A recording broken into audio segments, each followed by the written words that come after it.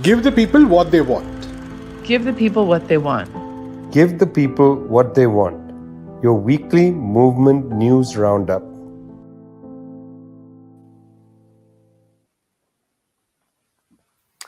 Hello, everyone. Today is the 12th of May, and you're watching Give the People What They Want, your favorite weekly news show where we bring you a roundup of news developments of incidents from around the world. This is brought to you by People's Dispatch, Zoe and I, and also Globetrotter, where once again we're missing Vijay, who's out on a series of talks and reporting work as well. So we'll hopefully have him back next week. It's been lots been happening this week actually, and a lot is set to happen as well. On May 14th, we have the elections in Turkey, where the fate of President Recep Tayyip Erdogan is set to be decided. This is actually going to be one of the most important elections in the world. I'm not saying it lightly, because Turkey's positions over the past years have been very crucial. It's played quite a destructive role in a country like Syria, and its importance in that whole region is extremely significant. A lot of internal suppression by Erdogan as well. Opposition leaders, for instance, activists being jailed. At the same time, Turkey has also sort of played a mediator's role in various issues, including Ukraine. So very, important to see what is going to happen in on the 14th of May and what it will lead to. But while one country goes to elections, a lot of uncertainty there. Equally uncertainty also prevailing in Pakistan, where all hell seems to have broken out. Chaos, complete chaos, after the arrest of former Prime Minister Imran Khan. Now we've talked about Imran Khan and the political crisis in Pakistan quite a few times on these issues on this show. And it escalated over the past 1 week when Imran Khan came to court. He was suddenly arrested in what is called the Al Qadr Trust case, accused of graft. And then there was this, there was this outbreak of massive protests, people across Pakistan taking the streets in large numbers. And within 24 hours, it had been quite chaotic. I think 4 or 5 people had been died, over 1,000 people definitely arrested, buildings set on fire. And the state, there was another case against Imran Khan, but he has sort of seems to have surmounted some of those legal issues after the High Court has basically said that he cannot be arrested now until the 17th of May. So it does look like he's sort of gained an advantage over his rivals, which is the current ruling dispensation. Now, it's interesting to note that Imran Khan and the current dispensation, they've really been sort of, they've been duking it out, so to speak, on the streets in terms of protests. But there were also reports of some negotiations going on between them over the question of when elections would be held. And that's really become a central issue in Pakistan. Imran Khan was overthrown last year. He believes that if elections are held, he's going to come back to power very quickly. The government, on the other hand, kind of reluctant, it seems, to have these elections, and they're trying to basically get Imran Khan, somehow trap him, put him behind bars before the elections actually happen. So it's a bit of a seesaw battle. But what definitely does seems to be clear is there is mass resentment against the current ruling structure in the country, and I think that explains a lot of the protests which are going on as well. Of course, there is support for Imran Khan, but I think there is also people, the kind of campaign he's built against the current ruling dispensation, the government, which is led by the two old parties of Pakistan, both of them, which are basically family parties at this point, and are supported strongly have by the military, which is also a very important player in Pakistan.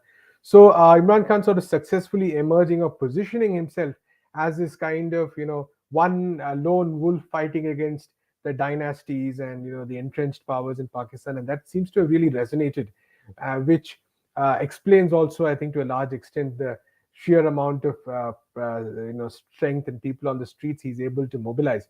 So a very sensitive moment for Pakistan, also happening in the middle of a very, very deep economic crisis. We know that Pakistan has been struggling with an IMF loan. It has been forced to make major cuts, except those IMF conditionalities. Inflation has been pretty bad. All over the overall economic scenario has been extremely dire for the people of the country. So at this point, Imran Khan has also been able to tap into that and say that, hey, these people in the government are just say making killing by corruption, by entrenched interests. They care only about themselves. There's no one to look after you, and that message seems to be really kind of working.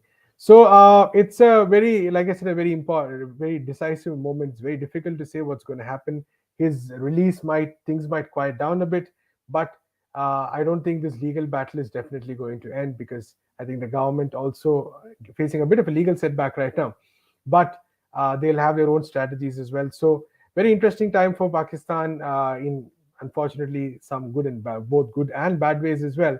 And it remains to be seen when the crucial issue of elections gets decided.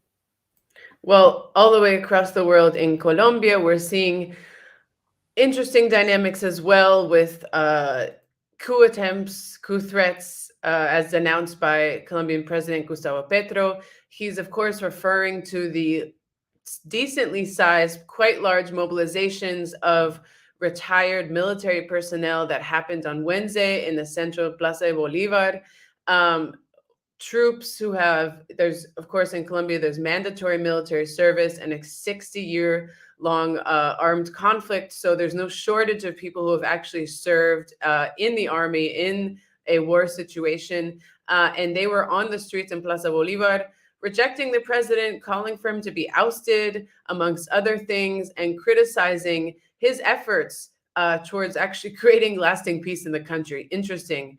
Colombia is a country that has many people who, again, have served in war, have lost limbs, have lost family members, and yet they're protesting this policy of peace. And on Thursday, in an interview, a retired colonel who used to be in the leadership of the Association of Retired Military Personnel, John Marulanda, he was in an interview in a debate on La W radio, and he said some interesting words, and he referred to a situation across the continent. And he said that the mobilization of the retired military members on Wednesday is, quote, a sign that Colombia is following in the steps of Peru, where he said the reserve forces were able to successfully defenestrate a corrupt president.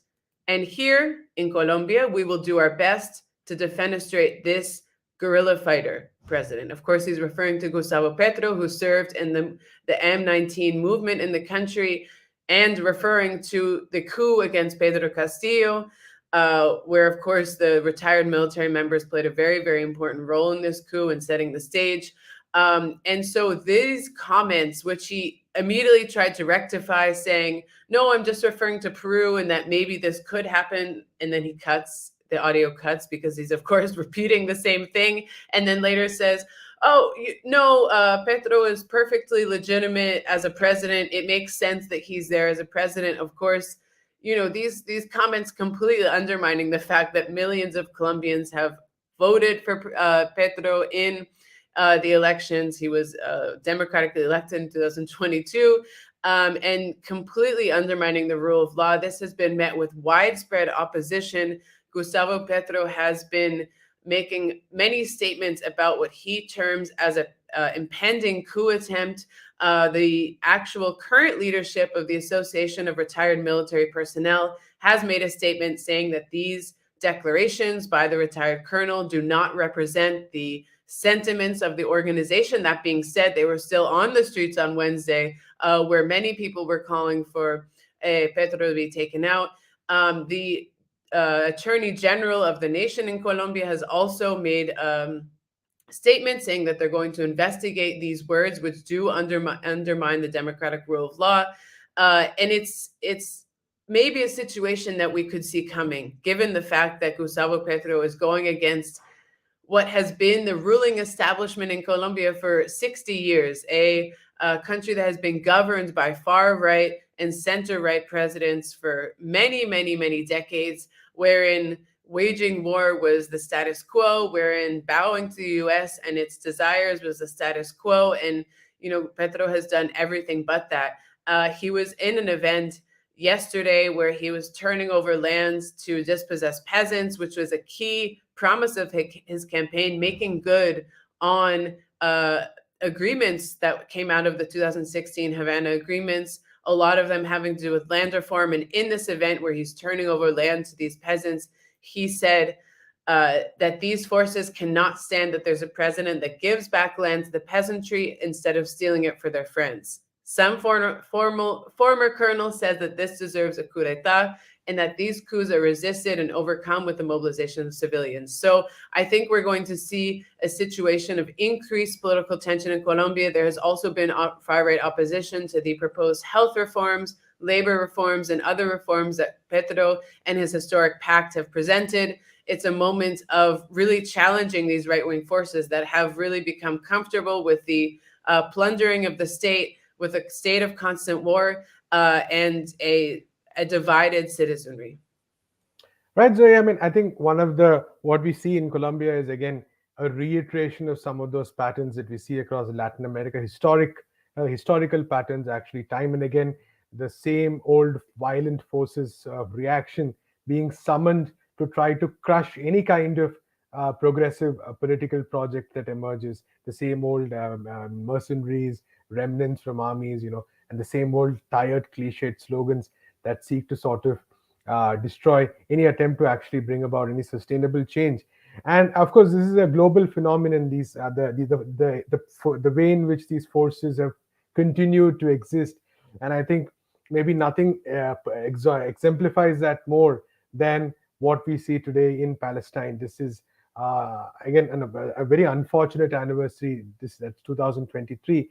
It marks 75 years since what is known as the Nakba, or the catastrophe, which is when Israel was supposedly founded on basically the ruins of various hundreds of Palestinian villages. After people were thrown out, large numbers people were killed. The number of people who were thrown out of their homes ranges in between 700 to 800,000 people, and this was how Israel was supposedly founded. Although they like to claim what is one of those core ideologies of Zionism is that it was an empty land for a people. The fact is that there were actually people living there, and these people lost their lives, their livelihoods, their homelands. They were forced to go across across the region in even other parts of the world in what is known as the Nakba, or the catastrophe. And this year is the 75th. May 15th is usually the day that is marked as Nakba Day. But we carried a report on an event organized by the International People's Assembly, people who have long worked for the cause of Palestine, coming together and talking about how the Nakba is not a day. It is, in some ways, unfortunately, a process, and it is a process that continues to this day. The fact that to this day, Israeli Palestinians are being thrown out of their houses in the occupied territories in East Jerusalem, in West Bank, the fact that Gaza continues to be blockaded to a large extent, the fact that in places like Masafer Yatta, you have the continuous threat of evictions of people losing their houses, their schools, etc. We have talked about Sheikh Jarrah in the past on this show as well, and all of this, making it very, very clear that the Nakba continues to this day. It's not some kind of historic event, and like we talked about, the same arguments, the same brutal arguments, yanked out again and again by Israel, by its allies, talking about terrorism, talking about their right to their right to sort of somehow as though their right to exist is under threat. All these tired arguments being brought out again and again, and also important. This week has been significant because it was the anniversary of the assassination of the journalist Shireen Abu Akleh, who was killed while covering an Israeli raid in Jenin. Now, as we've again talked about multiple times on this show, Shireen was wearing a jacket which identified her as a journalist. It was clear that this was, definitely an attack. But until now, there's been no justice for that. No one has been held to account. Various investigations by both Israel and the US have at the most concluded that there might have been a possibility. And we need to remember that when she was killed, the first instinct of Israel was to say that it was the Palestinians that killed her, until footage proved that it was definitely not the case. And even then, there's been really no justice, despite the fact that Shireen worked for a very prominent media organization, that is Al Jazeera, despite the fact that she was an American citizen. Despite all this, there's been no justice for the murder of Shireen Abu Akleh. And Shireen's case also getting a lot of attention because of the unique circumstances. But like we've said, this is an ongoing process. We've had raids in Gaza. Again, I think close to 30 people killed so far. continuous bombing raids by Israel. This was after they agreed supposedly to a ceasefire. So we know what these Israeli words about ceasefire and peace and all mean in this context. So as yet another week passes, yes, we cross yet another Nakba day. I think it's important to sort of, highlight the continuity of this process, because often we get kind of desensitized to some of these reports sometimes. But this is an occasion to kind of remember that we're talking about a long, unbroken chain of atrocities, of crime, of human rights violations, which which started before 1948 also, but and continue to today. Well, that's exactly right. And one of the other elements used by Israel, specifically against the population of Gaza, in addition to the brutal bombing campaign, is actually unilateral coercive measures, which is maintaining a virtual complete blockade of Gaza, impeding the importation of necessary goods, amongst other items. And so this sanctions measure is very important to keep in mind, as it's used against the population of Gaza and over 30% of the world's population. And this week, in a very, very important letter, House Democrats actually urged President Biden to lift unilateral coercive measures. They spoke specifically about Cuba and Venezuela, and they related it to the current migrant crisis, the current border crisis right now in the United States, that is expected to increase with the expiration of Title 42, which we've covered extensively on this on People's Dispatch. It's a very, very interesting letter, and as I said, it comes at this time amid the migrant crisis, but it is one of the first significant pushbacks on what has been essentially a consensus and unilateral opinion from U.S. ruling elites in both parties, Democrats and Republicans, who for several decades have used the tactic and tool of sanctions to push forward their political goals. And it's interesting right now because there has been some talk amongst people on both sides of the aisle about actually what is the effectiveness of these unilateral coercive measures. Janet Yellen at the Treasury Office said that it has been successful, or maybe she didn't say that it was successful in doing this, but it has caused a severe economic crisis, for example, in Iran, where there are extremely restrictive sanctions, but it has not been successful in achieving their political goals. And so we've seen the use of financial and economic sanctions against Venezuela, against Cuba, really to squeeze the populations to the most intense. We again have been covering this with Cuba, with the extreme fuel shortage crisis right now. And in the eyes of the U.S. ruling elite, this is in an effort to make people angry, to make them upset with their governments, and eventually revolt and overthrow these governments. But as Janet Yellen has pointed out in some statements, in Iran, for example, this hasn't been successful. And in this letter, House Democrats point out that this has really created a humanitarian crisis and has been a contributing factor to driving up immigration.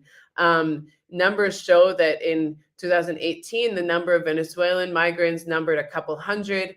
And now in 2022, this number was up to almost 200,000. That's a substantial increase. And these are people who are trying to irregularly cross at the border. So it's not even counting the number of people who are maybe migrating in other ways. So it is definitely breaking somewhat with this consensus opinion. There are many people who have pointed to the migration of Cuban and Venezuelan people as saying this is because of these governments, because of these dictatorships, they like to say. But the fact that these Democrats are coming out and saying that this is actually directly due to U.S. policies, due to these economic and financial sanctions, this is really groundbreaking. And I think it will be interesting to see how this plays out in the coming days. We know there have also been comments saying that sanctions are undermining the hegemony of the dollar, pushing global South countries towards embracing other modes of trade and other modalities of economic relationships. So on both sides, on both the humanitarian side and both actually maintaining the economic hegemony of the United States in many ways, this policy of sanctions is really being questioned. So it's a very interesting moment. Right, Zoe. Of course, the crisis in Venezuela is something we've been looking at for a long time because of the way in which multiple the way in which the question of sovereignty is dealt with, the way in which the question of rights is dealt with, and the very clear double standards that apply often when it comes to the positions of the United States, both for its allies and for those it considers enemies or critics or whatever. But ultimately, a lot boils down to the question of what are the rights people deserve. I mean, and by rights, we're also talking about the right to lead a life with dignity, the right to sort of lead a productive life, the right to basically receive resource or we get access to resources which all humans should have, and which sanctions, as one of the most cruel things about sanctions is that they actually take away so many of these rights. There's a great report by CEPR which actually talks about the impact of sanctions on Venezuela, on Afghanistan, or Iran. And each of these countries, the quality of life has declined so much because governments are not able to provide, these basic resources because of sanctions. And and of course, this is not just an issue relating to sanctions; it's a larger issue as well. And a very interesting verdict that came out recently in South Africa, where there's been a case going on for some time about load shedding. Now, in many parts of the global south, people live with load shedding. People have, some of us at least grew up with various small degrees of load shedding, for instance, which is rolling power cuts. But South Africa has been really facing this issue at a massive, massive scale, and the sheer increase in power cuts has led to staggering economic losses, of course, inconvenience in day-to-day life, a massive decline in the quality of life. All of this has been happening at a very regular basis. The government, of course, saying that the power entity ESCOM does not have the capacity to keep power going.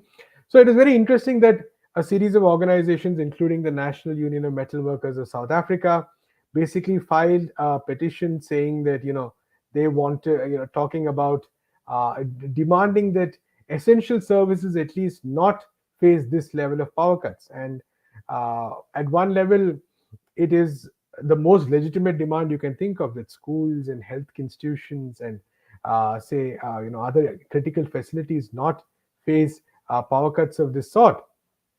But on the other hand, the response of the government was quite surprising. I think President Cyril Ramaphosa, in an affidavit, said that various government respondents that have been mentioned in the petition, that none of them have a constitutional responsibility to supply electricity to the people of the public. So that was clearly the government's stand when it came to this basic question. But the court verdict being quite surprising actually, because and interesting, because it actually lays it's interim relief, of course, but it lays forward a question for governments across the world, that isn't it their responsibility to actually ensure that these basic services are provided.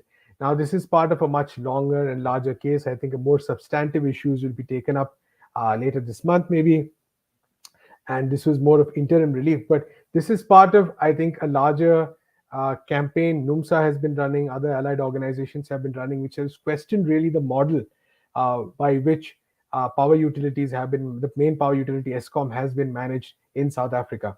And these organizations, including NUMSA, have time and again said that a key issue is that the amount of privatization in the sector is what has led to the deterioration of these kind of supplies. And we have some extensive coverage. I would urge you to go to People's Dispatch and see our archives on ESCOM and NUMSA. Both have extensive coverage on the various factors that are involved. And this court verdict is one arm of the strategy. That have protests taking place on the ground as well. And this is also, I think, especially concerning at a time when South Africa is thinking of shifting to more renewable source of energy. There is a very strong critique that this shift to renewable energy is going to benefit the private sector more. Workers are going to suffer. Those issues also very much in play. So I think this verdict gives is an occasion to sort of pause and think for the government as well, how it wants to, whether it even does so is a different question. It provides an occasion, and how it really wants to sort of configure this question of power, which is not something that should be definitely taken for granted. I think in 2023, this is one of the things we can at least ask from our governments. Well, that's exactly right. And over in Chile, again, another slightly upsetting setback for left forces over there. On Sunday, they voted to elect the members of what would be the Constitutional Council. And as we remember, this is the body that will write another draft of the Constitution. Just to give people a little briefer, in 2019, during the massive protests against neoliberal policies, against the economic crisis facing Chile and the inaccessibility of basic rights like healthcare, education, and pensions.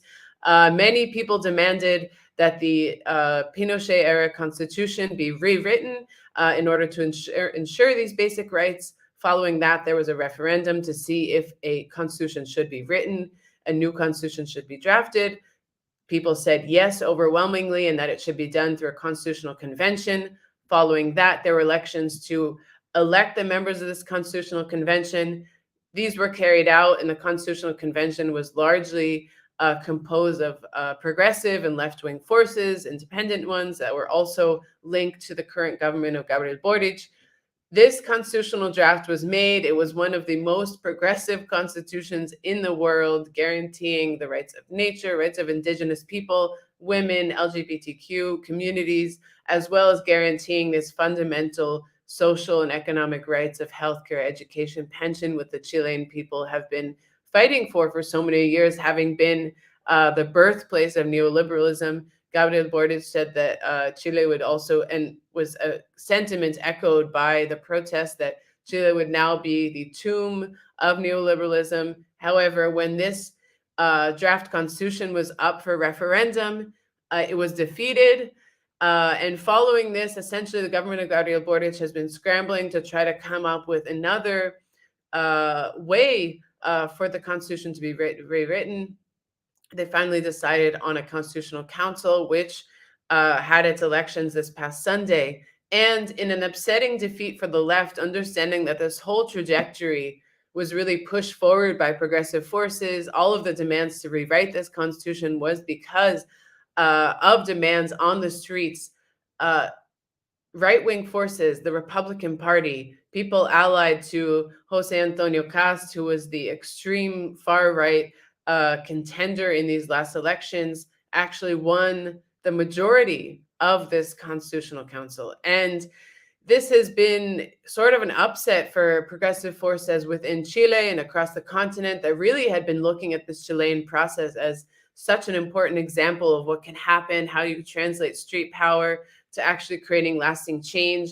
And this is seen as a serious upset, both in the sense that it's going to be the same forces that were against writing the Constitution, that wanted to stick with the Pinochet era Constitution, that are now basically tasked with writing it. And because they have the majority in this council, they're able to veto, they have veto power, and they're also going to be able to pass kind of any sort of regressive elements that they want to. So this is extremely challenging scenario. How much of these promises for change, of guaranteeing rights, will actually be able to move forward with this constitution? There have been many different analyses of how this happened, how the right wing in Chile was able to really regain its footing and actually win in a space that was essentially created by the left, which is these constitutional spaces. And many are pointing to the fact that, for example, this uprising on the streets was asked to also be interpreted as a rejection of the political system's failings itself. And in this context, we look at the actions of Gabriel Boric's government, and for many Chileans, he just hasn't gone far enough to really address the root causes of people's misery, of people's discontent. He's been a government of really conciliation, and the numerous kind of electoral defeats since he's been elected with these referendums has put him in an even more weaker position. And instead of really going on the offensive and pushing for the most radical transformations of society, he's been extremely conciliatory. He's really joined the US in their foreign policy attacks on Nicaragua and Venezuela and Cuba. He's also been a stalwart ally of the US in the Ukraine war, criticizing Russia openly, being one of the only Latin American presidents to really go so hard against Russia. So all of these elements have to be taken into account when you think that people are rejecting the establishment as such. This, they saw that the Republicans, they saw this right wing as what would be in opposition to this system. So what people are saying, the left is saying, this isn't time for demoralizing. This is a time to reorganize, to reassess, to re-strategize, and figure out how these fundamental changes, which still are needed, right to pension, right to healthcare, right to education, these must be won by mobilization, by organization on the street. We'll, of course, be following this and all the other stories. Make sure to stay tuned at peoplesdispatch.org on all of our social media platforms. Make sure to share and like it. Tell the show, tell your friends about the show, and we'll be with you next week, hopefully joined by Vijay.